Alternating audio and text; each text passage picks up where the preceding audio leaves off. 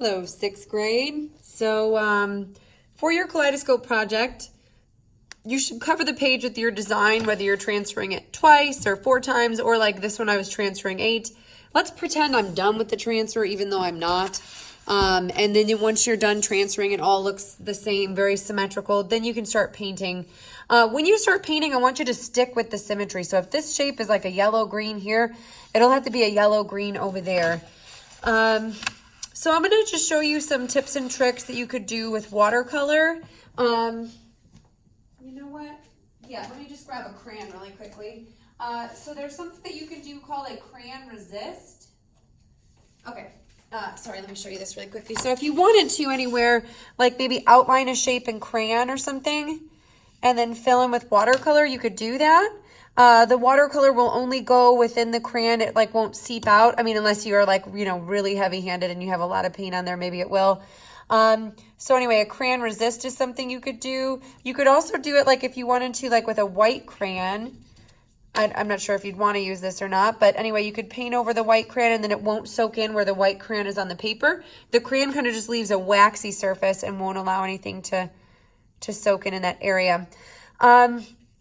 Another cool thing you could do with watercolor is you could gradate watercolor, where watercolor like kind of gets lighter as you move along. Oh, you know what? I kind of buried my paper towel here, but you will need a paper towel when painting with watercolor because, you know, every now and then, and not every now and then, probably a lot, you'll get too much on your brush where you need to sort of dab off the color, or where you want to like, you know, sort of manipulate. I want less paint here. I'm kind of using my brush as a sponge to kind of soak up water or reposition the water, okay? So you can do crayon resist, you can do a gradation. You can also mix colors.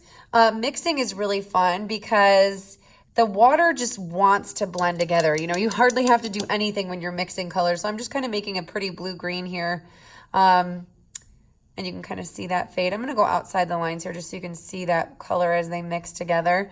I really like mixing blue-greens. When you're mixing, try to mix with colors that are next to one another on the color wheel here. On the color wheel, I mean on your color palette, but technically they would be by each other on the color wheel as well. There are some palettes, if you're using a watercolor palette that is like a Crazy Art or one of those other brands, that they kind of like reposition the colors so they're not necessarily in order.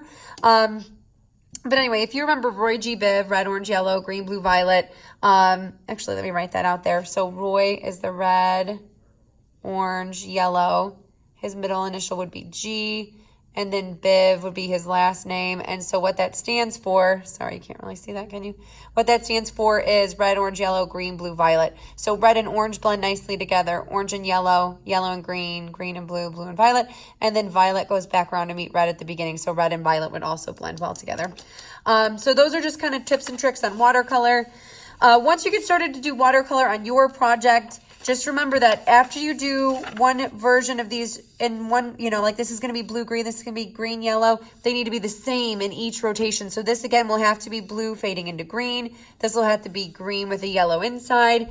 And when you want colors to blend, all you have to do with that is just make sure that the colors are wet when you apply them. So if this green is wet and I put some yellow on the inside, they're going to blend whether I want them to or not. So that's pretty easy. If you don't want colors to blend, let's say you're painting 2 colors next to one another and you don't want them blending, then you better make sure that that area is dry before you add color next to it. Like let's say I just wanted that one to be a green outline with a yellow inside.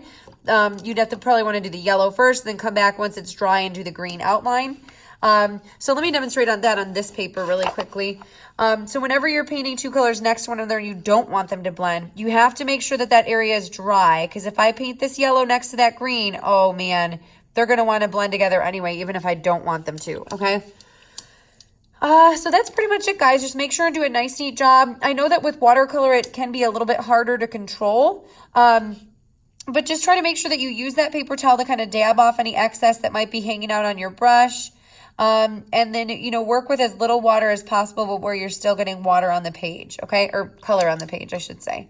Oh, by the way, what I did on this other one, I did a gradation where the blue kind of fades out, if you're interested in this look. So I'm doing less. I'm just adding water, and I'm actually kind of trying to absorb some of that color. On the bottom, I did a green, so I'm going to start with a green from here, kind of work my way up. Oh, by the way, I don't know if you noticed also when I first got started painting, I took a big brush and I just kind of dabbed some water into the colors on the palette that I was going to be using. What that does is it just makes the color softer to where you can soak up some more color, make it move a little faster. Okay, so I just blended in the green to the blue on that one. I'll need to do the same thing on this side and the same thing on this side. Let's see. I think that's pretty much it for now. I think I'm going to do an indigo on this little dot right here. And I'm just going to have it be darker on the edge and then lighter at the center. So I'm going to kind of dry off my brush. If you ever get too much color on there and you're like, oh man, I meant for that to be a gradation, especially on smaller shapes, that's kind of easy to do to get too much paint on there. Just dry off your brush and kind of use your brush to soak up the extra color, okay? And by the way, once that's dry, you could always go back in later and add a little bit more to the edges. Like this one over here is dry, so I'm going to add a little bit more color on this side. I think I want to add in a darker blue. So this one I didn't originally put some color in there, so it's going to be kind of dry. I'm going to need to work it around a little bit, but I want this blue to get really, really dark towards this end. So I'm going to add another coat of blue to it. And if you wanted to get even darker, you could always add, if you have this indigo color, you could add some of that as well. That's why I like these double color palettes, because they come with a more variety of a color. If you don't have that, if you only have the one side here, you should be able to actually mix those colors. So if you mix like a blue and a violet together, it gets kind of like an indigo color. It's not exactly the same as this one, but it does mix to make a blue violet. If you want to mix blue and green, you'll get this color, which is blue green. Green and yellow, you'll get yellow green. If you mix the yellow and the orange, you'll get yellow orange. If you mix red and orange, you'll get red orange. And then if you mix the red and the violet, you'll get red violet. So just remember to mix colors that are next to one another. Otherwise, you'll get like a shade of brown or some kind of dull shade as you go. And that's pretty much it. Yeah, just make sure and fill in everything nice and neat with watercolors and stay the same in each rotation.